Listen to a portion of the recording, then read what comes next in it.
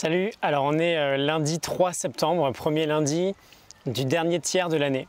C'est aussi le lundi de la semaine de la rentrée et c'est presque devenu l'un de mes jours préférés de l'année. J'aimerais t'expliquer pourquoi et j'aimerais te donner une sorte de vision d'ensemble de ce qu'on va faire ensemble jusqu'à la fin de l'année. Alors, depuis bientôt 3 ans que je travaille sur moi et que je travaille sur mes objectifs et que un peu plus chaque jour je change ma vie, j'ai pris l'habitude de compartimenter mon année en 3 grosses parties, les 4 premiers mois jusqu'à fin avril, la période de l'été, mai, juin, juillet, août, et le dernier tiers de septembre à décembre. Et donc, petit coup de soleil là. Et donc, à chaque début de tiers, je refais un point sur là où j'en suis et je refixe une ligne directrice pour les 4 derniers mois à venir. Et parmi ces 3 périodes, celle de début septembre, c'est largement celle que je préfère parce que déjà, elle suit l'été, donc c'est une période super agréable où on peut être très bien reposé. Et surtout parce que toutes les activités qui sont calées sur le rythme scolaire, qu'elles soient sportives ou artistiques, ou les deux, elles reprennent. Et donc on peut s'inscrire à des nouvelles choses et on peut reprendre des activités qui nous plaisent. Et c'est aussi la période où je fais mon petit calendrier de tournoi de tennis. J'ai encore des gros objectifs pour l'année prochaine. Et en fait, voilà, je trouve ça super excitant. J'aimerais bien te transmettre une partie de cette excitation parce que j'entends tout le monde se plaindre que c'est la rentrée, qu'il faut s'y remettre.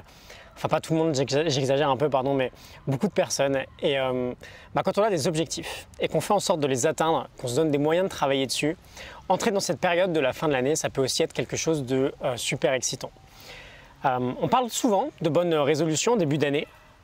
Très souvent d'ailleurs, on les abandonne. Je crois que les statistiques sont assez affolantes sur ce type d'objectif. On doit être autour de 8-10% de réussite parce que très vite la motivation rechute et on laisse tomber. Et ce que je voulais te dire, c'est qu'on essaye souvent de bien commencer nos années avec les résolutions. Mais j'aimerais te faire passer le message que ça peut être tout aussi important de bien finir l'année. D'arriver le 30-31 décembre et de se dire que ouais, c'est cool, on a bien avancé, on va pouvoir attaquer une nouvelle année avec déjà un état d'esprit de conquête. Parce que les objectifs qu'on va se fixer en fin d'année, ils seront réfléchis du coup. Ce ne sera pas juste des résolutions dans le vent pour faire comme tout le monde. On est le 3 septembre aujourd'hui, donc il reste, genre de moment où je devrais faire les calculs à l'avance, 31, 30, 31, 27, il reste 119 jours je crois, tu corrigeras si je me trompe. 119 jours, c'est énorme. Si tu fais une petite action tous les jours jusqu'au 31 décembre, tu l'auras fait 119 fois.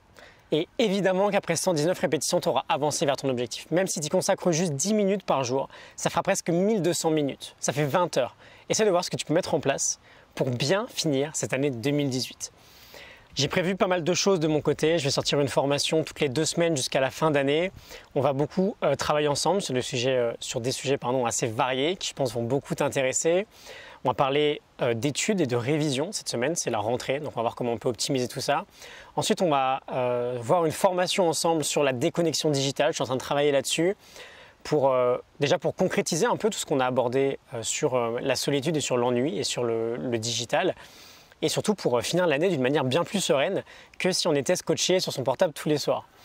Et on reparlera ensemble de plein de sujets, comment reprendre sa vie en main, on verra comment trouver nos passions, on parlera de motivation aussi, de confiance en soi, d'anxiété, de dépression. C'est un peu moins joyeux, mais peut-être qu'il faut en parler.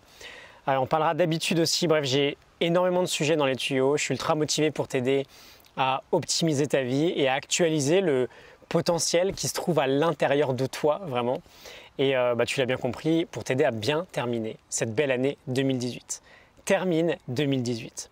Je te retrouve demain pour un nouvel épisode. Abonne-toi si t'es juste de passage, on va faire un travail super sympa ensemble.